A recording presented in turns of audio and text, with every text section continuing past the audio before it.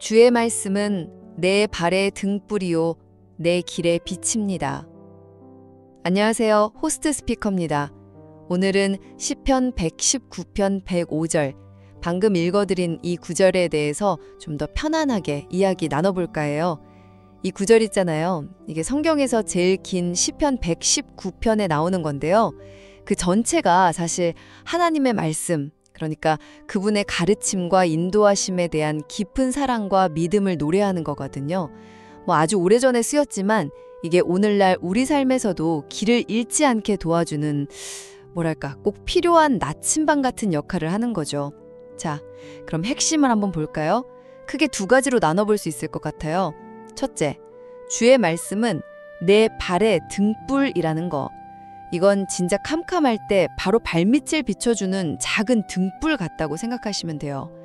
그러니까 당장 다음 발을 어디로 내디뎌야 할지 아니면 지금 어떤 결정을 내려야 할지 좀 막막할 때 있잖아요. 그때 바로 가장 안전한 길을 보여준다는 의미예요. 매일매일 우리가 걷는 작은 걸음들을 위한 아주 구체적인 안내인 셈이죠. 그리고 둘째는 말씀이 내 길에 비치기도 하다는 거예요. 등불이 바로 앞을 비췄다면 이건 훨씬 더 멀리 우리 인생 여정 전체를 환하게 밝혀주는 빛과 같아요. 우리가 궁극적으로 어디를 향해 가야 하는지 삶의 큰 방향이나 목적지를 깨닫게 도와주는 거죠. 저 멀리에는 위험까지 미리 보게 해서 이 길이 맞구나 확신하면서 꾸준히 나아가도록 힘을 주는 거예요. 요약하자면 이 말씀은요. 하나님의 지혜가 우리 삶의 아주 작은 순간순간의 발걸음부터 인생 전체라는 긴 여정까지 정말이지 없어서는 안 될 생명의 빛이라는 걸 가슴 깊이 새겨주는 것 같아요. 네, 오늘 짧은 묵상은 여기까지입니다. 저는 호스트 스피커였고요. 잠시 후에는 이 구절에 담긴 더 깊고 풍성한 의미를 알아보는 심층 분석 시간이 이어질 테니까요. 기대 많이 해주세요. 함께 해주셔서 감사합니다.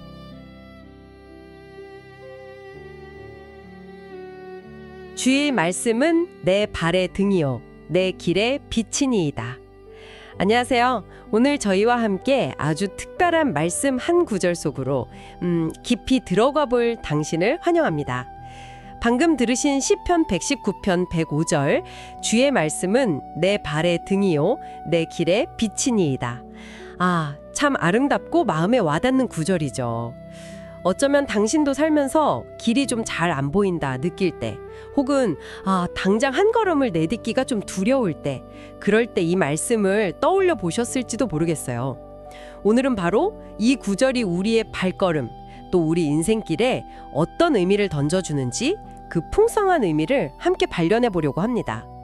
이 말씀을 딱 들으면 어떤 그림이 그려지세요? 저는 개인적으로 그 캄캄한 밤에요. 길을 잃은 나그네가 떠오르거든요. 그 손에는 작은 등불 하나가 이렇게 들려있고 저 멀리 어딘가에서는 또 밝은 빛이 길을 비추고 있는 그런 모습이요. 등불과 빛, 이 두 가지 이미지가 핵심인 것 같아요. 먼저 등불, 이건 어떤 느낌일까요? 등불이라. 네, 제 생각엔 바로 발밑을 비춰주는 역할 같아요. 당장 내가 내딛어야 할 그 한 걸음 혹시 발밑에 돌뿌리는 없는지 넘어질 만한 웅덩이는 없는지 그걸 살피게 해주는 거죠. 네. 아주 가깝고 구체적인 도움이네요. 그렇죠. 뭐랄까 매일 우리가 마주하는 사소한 결정들이 있잖아요. 바로 눈앞의 상황에서 어떻게 행동해야 할지 알려주는 그런 지침처럼 느껴져요. 예를 들면 오늘 내가 어떤 말을 해야 할까 아니면 어떤 선택을 내려야 할까 망설여질 때 바로 그 순간을 위한 빛, 그런 느낌이죠. 아주 생생한 묘사입니다. 그 등불의 이미지는 말씀이 우리 삶의 아주 구체적인 순간들에 어떻게 개입하는지 그걸 참 잘 보여주는 것 같아요. 발밑을 비춘다는 건 추상적인 이야기가 아니라 지금 당장 내가 딛고 서 있는 현실, 바로 다음 발걸음에 대한 인도, 그런 뜻이니까요. 네, 맞아요. 그리고 또 다른 이미지, 빛, 그건 어떤가요? 빛은 등불하고는 조금 다른 차원 같아요. 제 생각엔. 다른 차원이요? 네, 등불이 발밑을 이렇게 비춘다면 빛은 저 멀리 내가 가야 할 길 전체를 환하게 보여주는 그런 느낌이에요. 지금 당장의 한 걸음뿐만 아니라 내가 궁극적으로 어디를 향해 가고 있는지, 인생이라는 긴 여정의 방향성을 제시해 주는 거죠. 아하, 방향성. 네, 마치 어두운 밤바다를 항해하는 배에게 길을 안내하는 등대처럼요. 저 멀리서 흔들리지 않고 목표점을 밝혀주는 그런 큰 빗줄기랄까요? 당장의 어려움 너머에 있는 어떤 희망이나 목적지, 그걸 보게 해주는 것 같습니다. 정확합니다. 등불이 현재의 발걸음을 위한 구체적인 인도라면 빛은 미래 방향과 궁극적인 소망을 보여주는 더 넓은 조망인 거죠. 자동차 헤드라이트에 비유하면 재밌을 것 같은데요. 아, 헤드라이트요? 네, 등불은 바로 앞을 비추는 하향등 같고요. 빛은 저 멀리까지 내다보게 해주는 상향등 같다고 할 수 있겠네요. 와, 그 비유 좋네요. 하향등과 상향등. 그렇죠. 둘 다 어둠 속을 안전하게 나아가기 위해서는 반드시 필요하잖아요. 여기서 중요한 건 시편 기자가 이 등불과 빛의 역할을 하는 것이 바로 주의 말씀이라고 고백한다는 점입니다. 맞아요. 주의 말씀. 시편 119편 전체를 보면 말씀을 율례, 법도, 계명, 증거 뭐 이렇게 다양한 단어로 표현하잖아요. 네, 그렇죠. 아주 여러 가지로 표현하죠. 이렇게 여러 이름으로 불리는 말씀이 구체적으로 어떤 성격을 가지고 있기에 우리의 등불과 빛이 될 수 있는 걸까요? 그게 좀 궁금해요. 아, 좋은 질문입니다. 시편 119편에 등장하는 그 다양한 표현들은요, 하나님의 말씀이 얼마나 다각적이고 또 포괄적인지를 잘 보여줍니다. 그건 단순히 뭐 좋은 말 모음집 이런 게 아니고요. 하나님의 뜻과 성품이 담긴 계시인 거죠. 거기에는 우리가 따라야 할 명령, 그러니까 법도나 계명 같은 것도 있고, 또 하나님의 신실하심을 증언하는 약속, 증거나 말씀 같은 것도 있고요. 또 지혜로운 삶의 원리, 뭐 율례라 규례 같은 것도 담겨 있죠. 정말 다양하네요. 네, 그러니까 우리 삶의 모든 영역, 뭐 생각, 말, 행동, 관계, 미래 계획 등등 여기에 필요한 지침과 원리가 그 안에 다 있다는 의미입니다. 특히 어떤 신학 전통에서는요, 예를 들어 종교개혁의 전통을 잇는 개혁주의 신앙 같은 곳에서는 이 성경, 즉 말씀을 삶의 유일하고 최종적인 권위로 여깁니다. 아, 유일한 권위요? 네, 그래서 성경대로 산다는 말이 그냥 나오는 게 아니라 이 말씀이 정말 우리 발의 등불이고 길의 빛이 될 수 있다는 깊은 확신에서 비롯된 태도인 거죠. 단순히 뭐 지식으로 쌓아두는 게 아니라 실제 삶의 내비게이션으로 삼는다, 이런 뜻입니다. 삶의 내비게이션이라 그 표현 정말 와닿네요. 그렇죠. 네, 내비게이션은 특히 길을 모를 때 어두울 때 더 절실하잖아요. 이 말씀이 등불과 빛이 된다는 것은 우리 삶의 어둠을 전제하는 것 같기도 해요. 맞습니다. 그 어둠은 구체적으로 어떤 걸 의미할까요? 그렇죠. 빛은 어둠 속에서 그 가치를 바라니까요. 시편 기자가 살았던 시대나 오늘날 우리나 마찬가지로 인생에는 여러 종류의 어둠이 있습니다. 뭐 미래에 대한 불확실성이라든지 갑작스럽게 닥치는 고난이나 질병, 또 관계가 깨어짐으로 인한 슬픔 같은 거요. 네. 때로는 죄의 유혹이라는 짙은 안개가 우리 앞을 가리기도 하고요. 방향 감각을 잃고 어디로 가야 할지 막막하게 느껴지는 모든 순간, 그게 바로 어둠일 수 있습니다. 정말 여러 가지 어둠이 있네요. 바로 그런 순간에 말씀이 힘을 발휘하는 겁니다. 19세기의 유명한 설교가였던 찰스 스펄전이라는 분이 계신데요. 아, 스펄전 목사님이요? 네, 그분이 하나님의 말씀을 죄를 막는 최선의 예방책이라고 말하면서 특히 그 말씀을 마음에 간직할 때 그렇다고 강조했어요.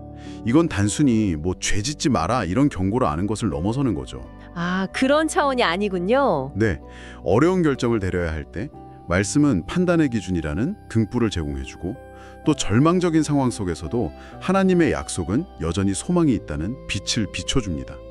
중요한 것은 이게 단순한 위로나 격려 차원이 아니라 실제적인 방향 전환과 전진을 가능하게 하는 능력이 있다는 믿음입니다.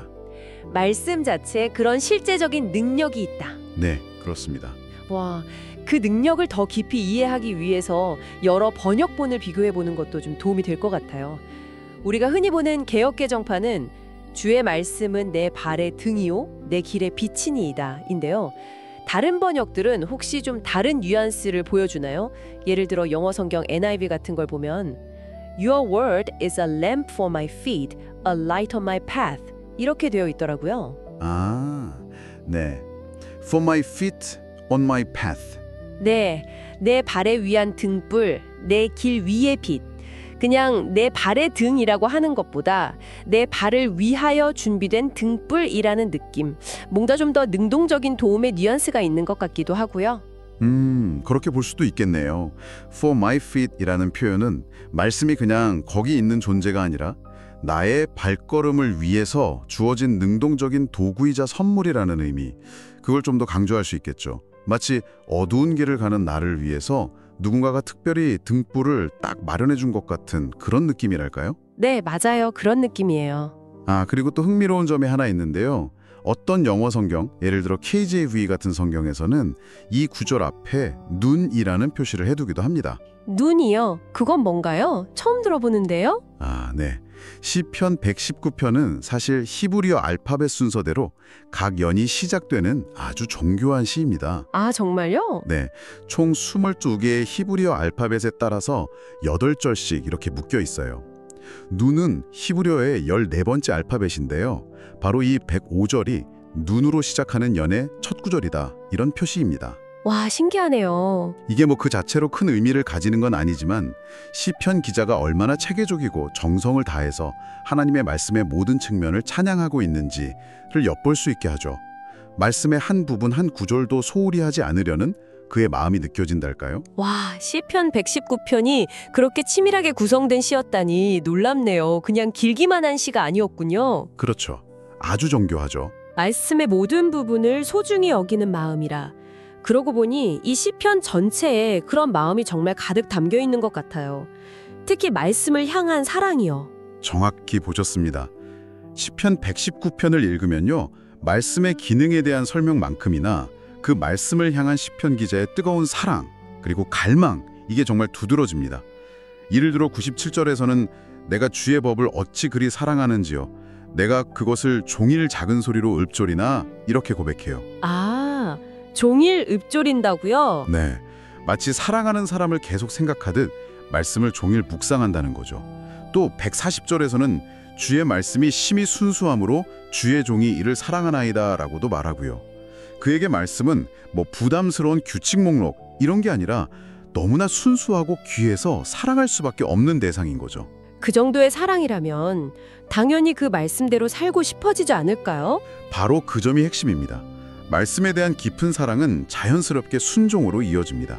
이건 어떤 신학적인 관점, 예를 들어 앞서 잠시 언급했던 오직 믿음과 오직 은혜를 강조하는 관점과도 딱 통합니다. 아, 오직 믿음? 오직 은혜요? 네, 구원은 행위가 아니라 믿음으로 받지만 오직 믿음, 그 구원의 은혜, 오직 은혜에 대한 감사와 사랑이 너무 커서 자연스럽게 하나님의 뜻, 즉 그분의 말씀대로 살아가고자 하는 마음과 행동으로 나타난다는 거죠.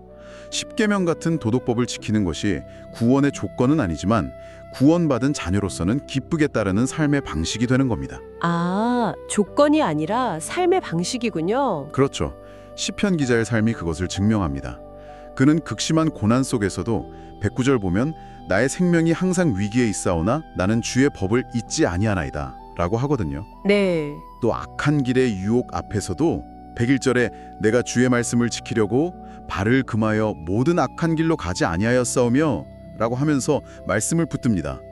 왜냐하면 그 말씀을 사랑하기 때문이고 또 그 말씀이 실제로 자신을 지키는 등불과 비침을 경험했기 때문이죠. 경험했기 때문에. 네, 말씀 중심의 삶이란 바로 이런 사랑과 신뢰에 기반한 순종의 여정이라고 할 수 있습니다. 와, 시편 기자의 그 뜨거운 고백을 들으니까 자연스럽게 우리 자신의 삶을 좀 돌아보게 되네요. 이 말씀을 듣고 계신 당신에게 한번 묻고 싶어요. 지금 당신의 삶에서 등불이 가장 절실하게 필요한 지점은 어디인가요? 당장 내딛어야 할 한 걸음이 망설여지거나 어떤 선택 앞에서 방향을 잡기 어려운 부분이 있으신가요? 또는 좀 더 멀리 바라볼 때 당신의 인생길 전체를 비추는 빛은 무엇인가요? 당신이 궁극적으로 나아가고자 하는 방향, 당신의 삶의 의미와 목적은 어디에 연결되어 있다고 느끼시나요? 어쩌면 지금 어떤 결정이나 관계 혹은 미래에 대한 불안감 때문에 마음이 좀 어두울 수도 있습니다. 바로 그 지점에 오늘 우리가 나눈 이 말씀, 주의 말씀은 내 발의 등이요 내 길의 빛이니이다. 그러니까 어떻게 실제적인 도움이 될 수 있을지 잠시 생각해 보시면 좋겠습니다. 네, 그 말씀이 당신의 고민에 구체적인 지혜, 즉 등불을 주고 더 나아가서 궁극적인 소망과 평안, 바로 빛을 발견하도록 도울 수 있습니다. 예를 들어서 중요한 결정을 앞두고 있다면 관련된 성경의 원칙들을 찾아 묵상해 보는 것, 그게 등불이 될 수 있겠죠. 아, 네. 또 복잡한 인간관계로 힘들다면 용서와 사랑에 대한 가르침이 길을 비춰줄 수 있고요. 미래가 불안하다면 변치 않는 하나님의 약속과 신실하심에 대한 말씀들이 굳건한 빛이 되어줄 것입니다. 그렇죠. 빛이 되어주겠죠. 쓰는 것이 중요해요. 아, 사용하는 것. 네, 말씀을 읽고 묵상하고 삶에 적용하려는 의지적인 노력이 필요합니다. 그럴 때 우리는 시편 기자가 165절에서 노래한 것과 같은 경험을 하게 될 겁니다. 주의 법을 사랑하는 자에게는 큰 평안이 있으니 그들에게 장애물이 없으리이다. 큰 평안. 장애물이 없으리이다. 네, 여기서 장애물이 없다는 것은 뭐 어려움이 전혀 없다는 뜻이라기보다는 그 어떤 어려움도 우리를 넘어뜨리거나 길을 잃게 만들지 못한다 라는 깊은 확신과 평안을 의미합니다. 아, 그런 깊은 뜻이군요. 네, 오늘 우리가 함께 살펴본 시편 119편 105절은 정말 보석 같은 말씀이에요. 맞아요. 하나님의 말씀은 우리 삶의 매 순간 내딛는 바로 그 걸음, 즉 발의 등불과 인생 전체의 긴 여정, 길의 빛 모두를 책임지는 없어서는 안 될 필수적인 안내자임을 아름다운 비유로 선포하고 있습니다. 이 말씀을 머리로만 아는 것이 아니라 시편 기자처럼 마음으로 깊이 사랑하고 또 삶으로 살아낼 때 우리는 혼란과 불안이라는 어둠 속에서도 넘어지지 않고 길을 발견하며 참된 평안을 누릴 수 있습니다. 부디 매일의 삶 속에서 이 등불과 빛드시는 말씀을 가까이 하며 그 인도하심 안에 거하시는 당신이 되기를 바랍니다. 네, 이제 오늘 이야기를 마무리하며 당신에게 마지막으로 한 가지 질문을 던져드리고 싶습니다. 당신의 발을 비추는 등불로서 그리고 당신의 길을 밝히는 빛으로서의 하나님의 말씀을 오늘 당신의 삶 속 구체적인 상황에 어떻게 적용하시겠습니까? 혹시 환한 등불과 밝은 빛이 바로 곁에 있음에도 불구하고 길을 잃은 채 여전히 익숙한 어둠 속에 머뭇거리거나 방황하고 있지는 않으신가요? 오늘 나는 시편 119편 105절 말씀이 당신의 모든 발걸음과 당신이 걸어가는 모든 길 위에 언제나 밝은 빛으로 함께하기를 진심으로 소망합니다. 귀한 시간 내어 함께해 주셔서 감사합니다. 잠시 후에는 오늘 나눈 주제에 대해 좀 더 깊이 있는 생각과 이야기들을 나누는 심층 토론 시간이 이어질 예정입니다. 계속해서 저희와 함께해 주시길 바랍니다.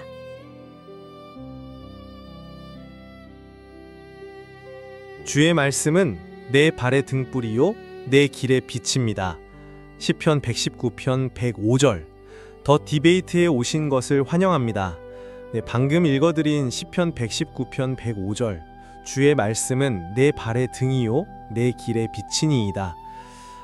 정말 많은 사람들에게 오랫동안 깊은 울림, 또 어떤 방향을 제시해온 그런 구절이죠. 오늘은 바로 이 말씀, 그러니까 하나님의 말씀이 어떻게 우리 삶의 등불과 빛이 되는지 여기에 대해서 좀 더 깊이 있는 대화를 나눠보고자 합니다. 여기서 던져볼 질문은 바로 이거예요. 이 구절은 하나님의 말씀, 즉 성경 그 자체가 우리 발걸음 하나하나와 또 인생 전체의 여정을 비추는 완전하고 직접적인 빛이라는 의미일까요? 아니면 그 빛을 온전히 경험하고 또 그 인도를 따르기 위해서는 단순히 성경을 아는 것을 넘어서 뭐랄까 하나님의 지속적인 가르침이나 개인적인 깨달음 혹은 그분의 어떤 특별한 도우심 같은 요소들이 반드시 필요한 걸까요? 네, 이것이 오늘 우리가 함께 탐구해볼 핵심 질문이라고 할 수 있겠습니다.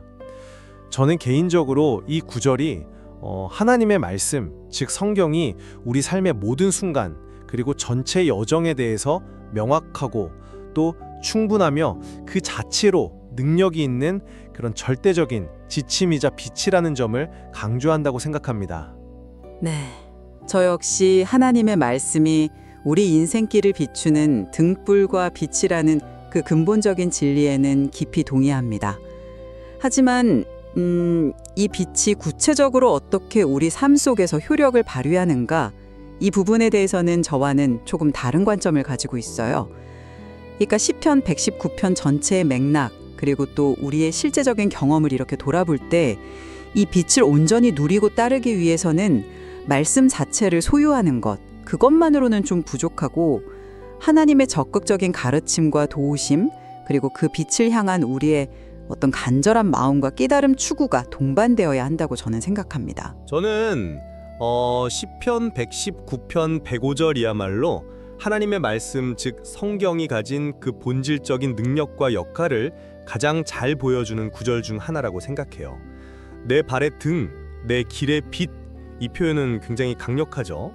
정말 칠흑 같은 어둠 속에서 길을 찾아야 할 때 등불과 빛이 얼마나 절대적이겠어요, 그렇죠? 마찬가지로 이 혼란스럽고 죄악된 세상 속에서 하나님의 말씀은 우리의 매 걸음걸음, 내 발의 등, 그리고 인생 전체의 방향을 비추는 명확하고 충분하고 또 실제적인 기준이라는 그런 선언인 거죠. 그 19세기의 유명한 설교가였던 스펄전 목사님도 이 시편을 해설하면서 하나님의 말씀을 마음에 두는 것이 죄를 짓지 않게 하는 예방책, 11절과 관련해서요. 그렇게 강조했습니다. 이건 말씀 자체가 가진 직접적인 힘을 보여주는 거라고 생각해요. 특히 이제 개혁주의 신학의 중요한 원칙인 오직 성경, 그러니까 성경만이 신앙과 삶의 최종 권위라는 그 생각과 또 성경의 충족성, 즉 성경이 우리를 구원에 이르게 하고 올바른 삶을 사는데 필요한 모든 것을 충분히 담고 있다는 개념, 이게 바로 이 105절의 의미와 깊이 연결된다고 봅니다. 성경은 그 자체로 우리를 온전하게 하고 디모데후서 3장 16, 17절도 참고할 수 있겠죠. 어떤 상황에서도 필요한 지혜와 빛을 제공한다는 것이죠. 네, 말씀이 우리 길의 등불과 빛이라는 그 근본 진리, 그리고 그것이 우리의 신앙과 삶의 유일한 기준이라는 점에는 당연히 동의합니다. 네, 그러나 이 아름다운 비유, 이 105절의 의미를 시편 119편 전체라는 더 큰 그림 속에서 이해해야 할 필요가 있다고 저는 생각해요. 시편 기자는 하나님의 말씀을 얼마나 깊이 사랑하고 97절, 127절 같은 구절들 보면 나오죠.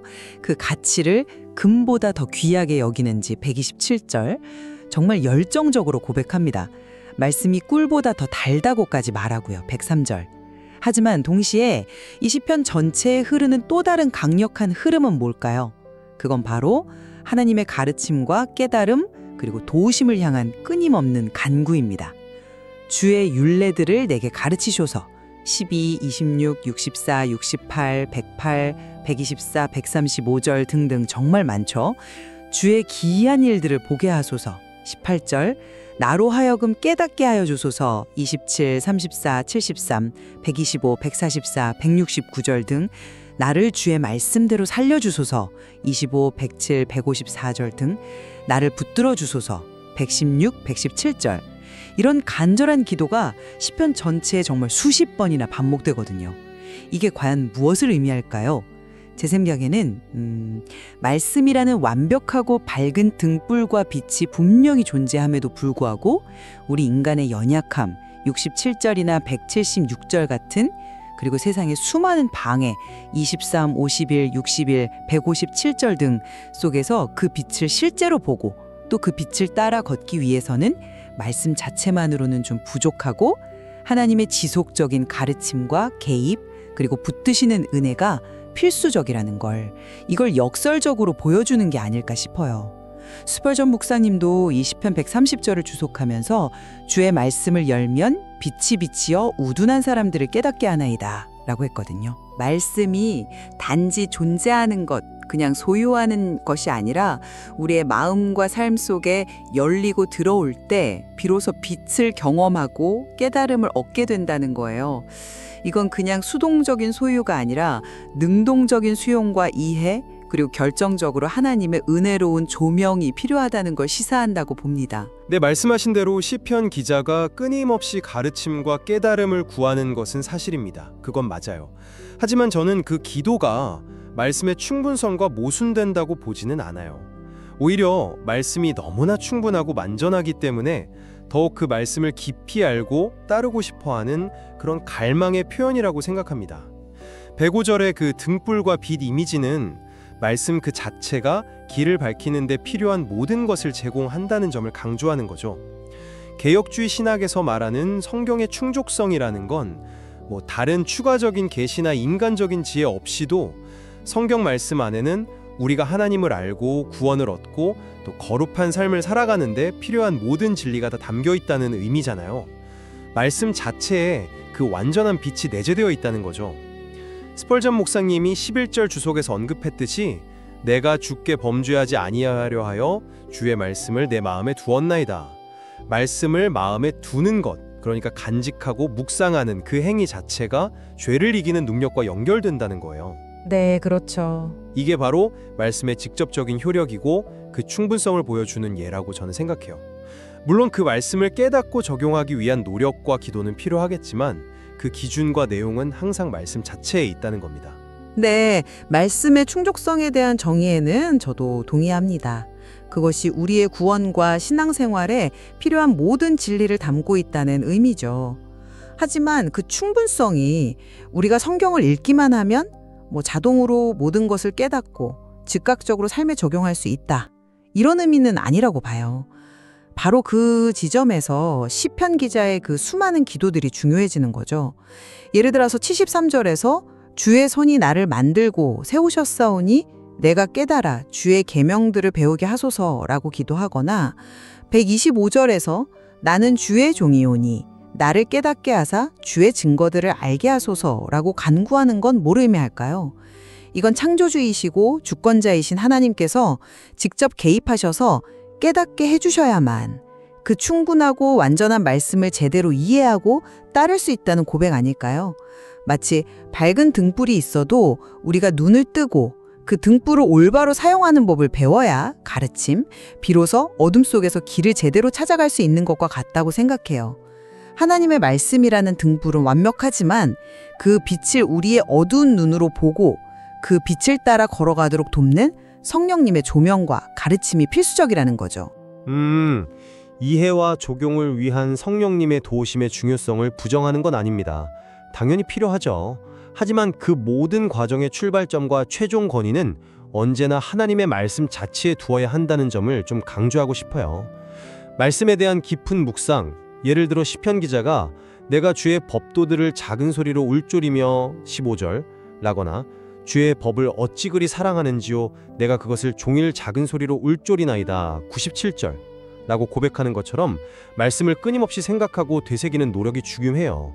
그리고 그 깨달음을 바탕으로 내가 내 발길을 돌이켜 주의 증거들을 향하여 싸우며 59절 주의 말씀을 지키려고 발을 금하여 모든 악한 길로 가지 아니하였으며 101절과 같이 순종하려는 의지, 이것이 그 빛을 우리 삶 속에서 실제적인 능력으로 경험하게 하는 핵심적인 통로라고 생각합니다. 하나님께서는 이처럼 말씀을 사모하고 순종하려는 자에게 기꺼이 깨달음과 지혜를 주시는 분이라고 믿어요. 그런데 그 묵상과 순종의 의지조차도 과연 우리 스스로의 힘만으로 가능할까요? 시편 기자의 솔직한 고백들을 보면 꼭 그렇지 않은 것 같아요. 32절을 보면 주께서 내 마음을 넓히시면 내가 주의 계명들의 길로 달려가리이다 라고 말하거든요. 여기서 마음을 넓히신다는 게 단순히 기분이 좋아지는 걸 넘어서 하나님의 계명을 기쁘게 행할 수 있는 능력과 열정을 하나님께서 부어주셔야 한다는 의미로 보여요. 또 117절에서는 나를 붙드소서 그리하시면 내가 구원을 얻고 주의 율례들에 항상 주의하리이다 라고 거의 절규하잖아요.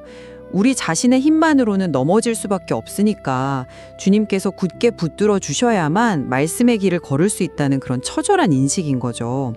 따라서 말씀대로 살고자 하는 우리의 노력과 의지, 물론 너무나 중요하지만 그것조차도 하나님의 은혜로운 도우심과 능력 부여 안에서 비로소 가능해지고 또 지속될 수 있다는 것이 시편 기자가 119편 전체를 통해 보여주는 진실이라고 생각해요. 그렇다면 105절이 말하는 등불과 빛이 주는 그 인도의 경험은 구체적으로 어떤 모습일까요? 저는 내 발의 등이라는 표현이 굉장히 구체적이라고 생각해요. 바로 지금 내딛는 한 걸음 한 걸음, 당면한 선택과 상황에 대한 즉각적이고 실제적인 지침을 의미하는 거죠. 바로 눈앞의 어둠을 밝혀서 넘어지지 않게 하는 작은 등불처럼요. 그리고 내 길의 빛은 좀 더 거시적인 관점에서 우리 인생의 전반적인 방향과 궁극적인 목적지에 대한 더 넓고 명확한 조명을 의미한다고 봅니다. 마치 어두운 밤길 전체를 비추는 밝은 빛처럼요. 이는 하나님의 말씀이 우리의 매일의 삶 속 작은 문제들에서부터 인생의 큰 결정들에 이르기까지 구체적이고 즉각적인 답과 방향을 제공할 수 있는 그런 능력이 있음을 강력하게 보여주는 이미지라고 생각해요. 어두운 방에 불을 켜면 즉시 환해지듯이 하나님의 말씀은 우리 삶의 어두움과 혼란을 즉각적으로 밝히고 명확한 길을 제시하는 힘이 있다는 거죠. 그 이미지 자체는 참 위로가 되고 소망을 줍니다. 정말 그렇죠. 하지만 시편 119편 전체를 통해 드러나는 시편 기자의 실제 경험은 그 빛을 경험하는 과정이 항상 그렇게 즉각적이거나 평탄하지만은 않다는 걸 보여줘요. 이 시편은 사실 극심한 시련과 역경 속에서 말씀을 붙들고 씨름하는 한 영혼의 처절한 여정을 그리고 있거든요. 시편 기자는 그의 영혼이 진토에 붙어 거의 죽게 된 상태 25절을 경험하고 슬픔 때문에 영혼이 녹아내린다 28절하고 고백하기도 하고 심히 학대 107절을 당하고 영혼이 상하는 143절의 그런 고통을 겪습니다. 또한 그는 교만한 자들의 조롱과 멸시 51절, 악인들의 함정 110절, 수많은 원수들의 핍박 86, 157, 161절, 심지어 생명이 항상 위태로운 109절, 그런 상황 속에서도 필사적으로 주의 말씀을 잊지 아니하였나이다 라고 외치거든요. 이게 뭘 보여줄까요?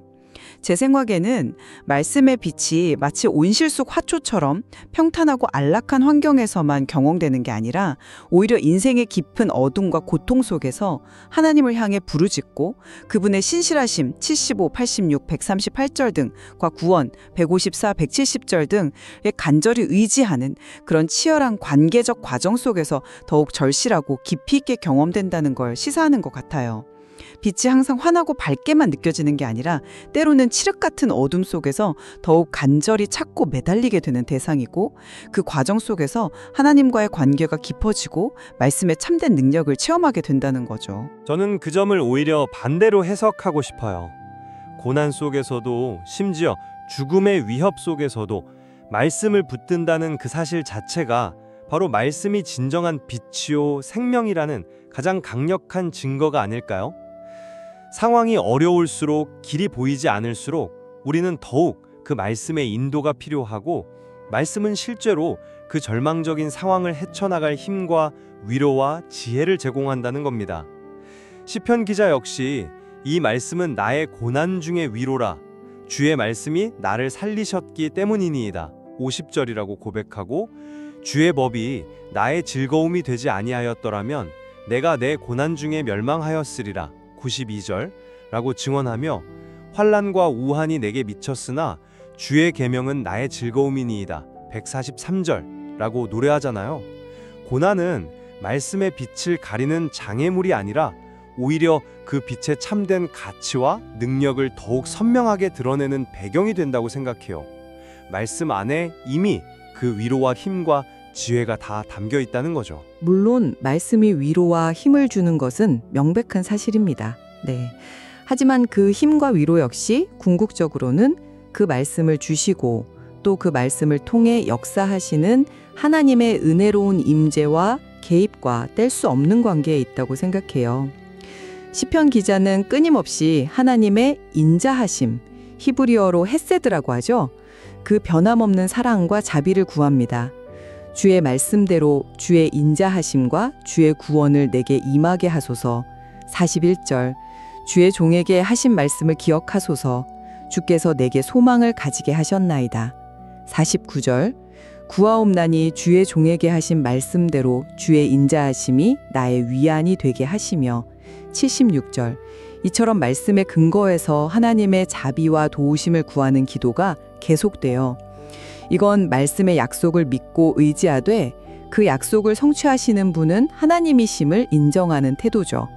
따라서 말씀이 주는 빛과 위로는 그 말씀을 통해 우리와 관계 맺으시고 우리를 도우시는 하나님의 인격적인 사랑과 자비의 빛과 결코 분리될 수 없다고 봅니다. 말씀의 빛은 곧 우리와 함께 하시는 하나님의 임재와 은혜의 빛과 연결되어 있는 거죠. 자, 마지막으로 이 말씀을 삶으로 살아내는 그 실천의 문제에 대해 한번 생각해 봅시다. 105절의 내 발의 등, 내 길의 빛이라는 고백은 단순히 지적인 동의를 넘어서 이 말씀을 내 삶의 실제적인 기준으로 삼고 따르겠다는 결단을 내포한다고 봐요. 시편 기자는 그 결단을 구체적인 행동으로 보여줍니다. 내가 주의 말씀을 지키려고 발을 금하여 모든 악한 길로 가지 아니하였사오며 101절. 내가 주의 의로운 규례를 지키기로 맹세하고 굳게 정하였나이다. 106절. 이런 구절들은 말씀의 빛을 따라 살아가려는 개인의 책임과 의지, 그리고 능동적인 노력이 얼마나 중요한지를 강조하는 거죠. 우리는 말씀을 수동적으로 받기만 하는 존재가 아니라 그 말씀에 적극적으로 순종하고 실천하도록 부름받은 존재예요. 그럴 때 말씀의 빛이 실제로 우리 삶을 인도하는 능력이 되는 것이라고 생각합니다. 네, 그 결단과 노력의 중요성은 아무리 강조해도 지나치지 않죠. 맞습니다. 하지만 시편 기자는 동시에 그 자신의 결단과 노력만으로는 충분하지 않다는 것을 뼈저리게 인식하고 있었어요. 그의 간절한 기도를 한번 들어보세요. 나의 발걸음을 주의 말씀에 굳게 세우시고 어떤 죄악도 나를 주관하지 못하게 하소서. 133절. 이 기도는 죄의 강력한 지배력 앞에서 우리 자신의 의지만으로는 얼마나 연약한지를 보여주잖아요. 온전히 말씀을 따라 살기 위해서는 우리를 붙드시고 죄의 세력으로부터 지켜주시는 하나님의 초자연적인 능력이 필수적임을 고백하는 거예요. 그리고 시편 119편의 가장 마지막 절인 176절은 이 점을 더 분명히 보여주죠. 이른 양같이 내가 방황하오니 주의 종을 찾으소서.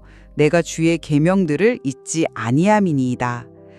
최선을 다해 주의 계명을 잊지 않으려 했었음에도 불구하고 그는 여전히 길을 잃고 방황하는 양과 같다고 고백하는 거예요.